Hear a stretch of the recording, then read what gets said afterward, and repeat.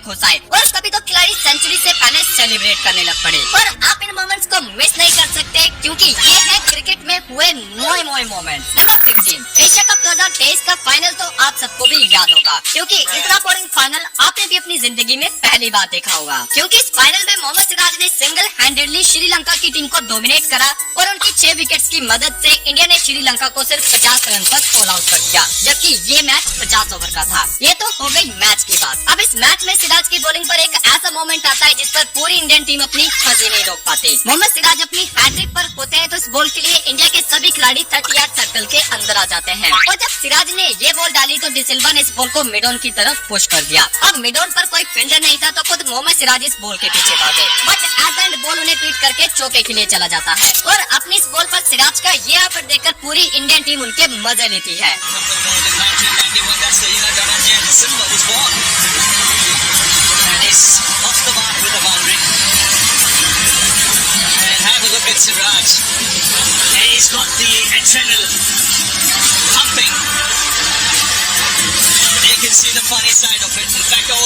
Number 14 अब इस moment को कॉमेडी ऑफ एरर्स कहा जाएगा या फिर बैट्समैन का लक, ये आप डिसाइड करना। ऑस्ट्रेलिया वर्सेस श्रीलंका के इस मैच में शेन वॉटसन की ये बॉल संगकारा के बैट के इनर एज लेकर कीपर के पास जाती है और नॉन स्ट्राइकर एंड पर खड़े थरंगा रन के लिए भाग आए जबकि वहाँ कोई रन था नहीं। अब ये देखकर आपको भी लगेगा कि ऑस्ट्रेलियंस ने बैट्समैन को इजीली रन आउट कर दिया होगा क्योंकि दोनों बैट्समैन बैटिंग क्रीज पर थे और अब कीपर को बस बॉलर के पास थ्रो करना था और यहाँ तक कि थरंगा भी ऑलमोस्ट होप छोड़ चुके थे, लेकिन कीपर की थ्रो में थोड़ा सा ज्यादा जोर लग गया और बॉल वॉटसन के ऊपर से निकल गया। लेकिन लकीली वॉटसन के पीछे खड़े थे माइकल क्लार्क जो कि बॉल को पकड़ लेते हैं और अब क्लार्क के पास भी एक इजी रन आउट का चांस होता है क्योंकि तीनों स्टंप्स उनके सामने थे और डिस्टेंस भी कम थी, लेकिन क्लार्क ने कहां टारगेट करा वॉटसन के घुटनों पर और इस सारी कंफ्यूजन में बैट्समैन वापस अपनी क्रीज पर पहुंच गया। Now big trouble, all sorts of trouble. Turunga has to be gone. No. What has happened there? That is extraordinary.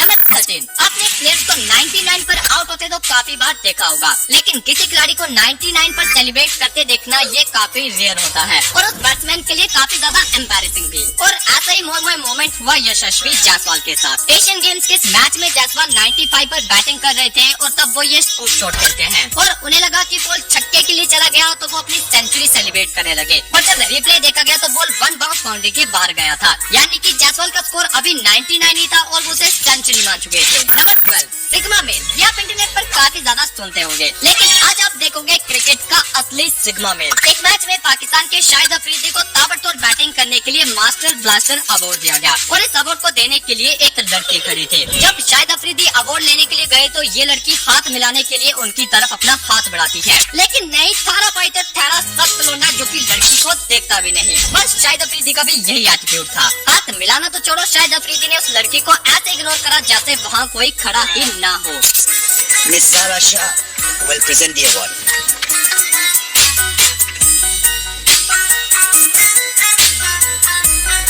May I invite Kane Wynn? Number 11 अगर पाकिस्तान की मिस फील्डिंग को लो पर चला दिया जाए तो वो किसी कॉमेडी शो से कम नहीं होगा और कई बार उनके फील्डिंग एफर्ट्स इतने ज्यादा एम्बैरेसिंग होते हैं कि आप खुद ही देख लो। इस बॉल को पकड़ने के लिए पाकिस्तान के अब्दुल रजाक भाग रहे थे और जैसे ही वो बॉल के पास पहुंचे उनका पैर फिसल गया और बॉल उनसे छिटक कर दूर चला गया, लेकिन अब्दुल रजाक ने हार नहीं मानी, वो दोबारा उठे और दोबारा बॉल की तरफ भागे और वो दोबारा बॉल के पास पहुंचकर फिसल गए और बॉल फिर से उनसे दूर चला गया। जैसे तैसे रजाक ने तीसरे एफर्ट में बॉल पकड़कर थ्रो किया, लेकिन तब तक बैट्समैन 4 रन भाग चुका था। Over pitch by Razak and football as well. It's getting a bit damp out there, I think, but he's fumbling again.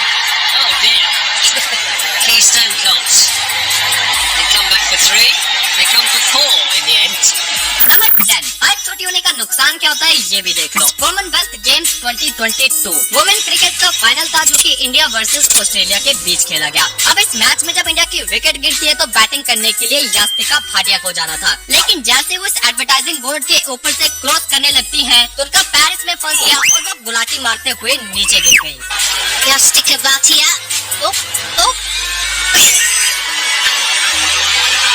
Our director's still having a little bit of fun in a very crucial match. Everyone else is giggling.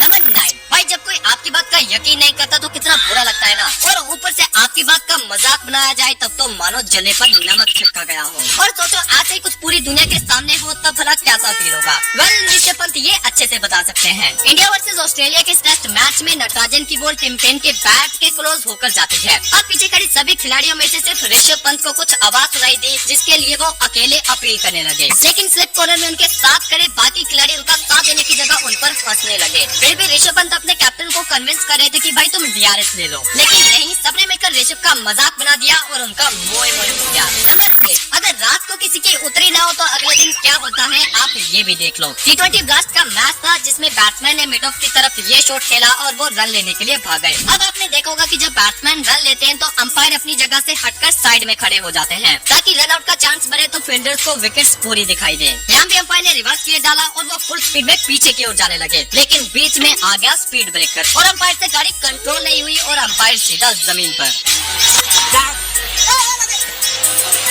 Direct hit and everyone's down now. Who's fallen over? The umpire's down. Number 7। पीछे आपने umpire को गिरते देखा, अब यहाँ cameraman को गिरते देखो। इंडिया वर्सेस ऑस्ट्रेलिया के टेस्ट मैच में जब दोनों टीम्स लंच ब्रेक के बाद बाहर आई तो ये कैमरामैन सेगवे पर सभी खिलाड़ियों और ग्राउंड की फुटेजेस ले रहा था, लेकिन जो कैमरा छोटी सी हरकत नहीं छोड़ता उसे ये इतना बड़ा हेलमेट नहीं दिखा और इसकी 2 पहियों की गाड़ी इस हेलमेट पर चढ़ गई और कैमरामैन ग्राउंड में क्रैश हो गया। No joke.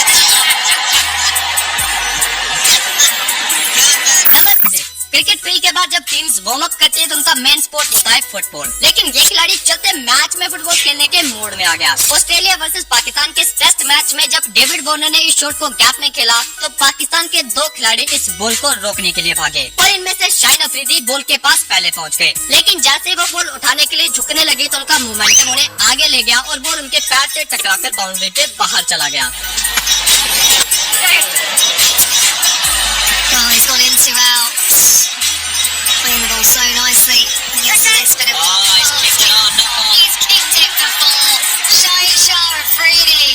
नंबर 5। जो लोग इस बात के लिए कंफ्यूज है कि भाई लक कैसा दिखता है वो इस मोमेंट को देखो, क्योंकि यहाँ आपको अपना लक नहीं लेकिन डेविड वार्नर का लक देखने को मिलेगा। वार्नर ने जैसे ये शॉट खेला तो उन्होंने आगे की ओर थोड़ा सा चार्ज किया, लेकिन बॉल सीधा शॉट लेग पर खड़े हसीब हामिद के हाथ में था और जब वार्नर को ये रियलाइज हुआ तो वो वापस अपनी क्रीज छोड़ने के लिए मुड़े, लेकिन इसी बीच उनका पैर स्लिप हो गया और उनके हाथ से बैट भी छूट गया। यानी कि अब हामिद को सिर्फ विकेट्स पर हिट करना था क्योंकि वार्नर किसी भी हालत में क्रीज तक नहीं पहुंच पाते। अब आपको लग रहा होगा कि भाई इसमें लक कहाँ है, ये तो अनलक हुआ, पैर भी फिसला और बैट भी छूट गया, लेकिन रुको जरा सब्र करो क्योंकि अभी भी विकेट्स पर बॉल लगना बाकी था, जो कि हुआ नहीं क्योंकि लक वार्नर के साथ था और बॉल ने सिर्फ 1 सेंटीमीटर से स्टंप्स को मिस कर दिया।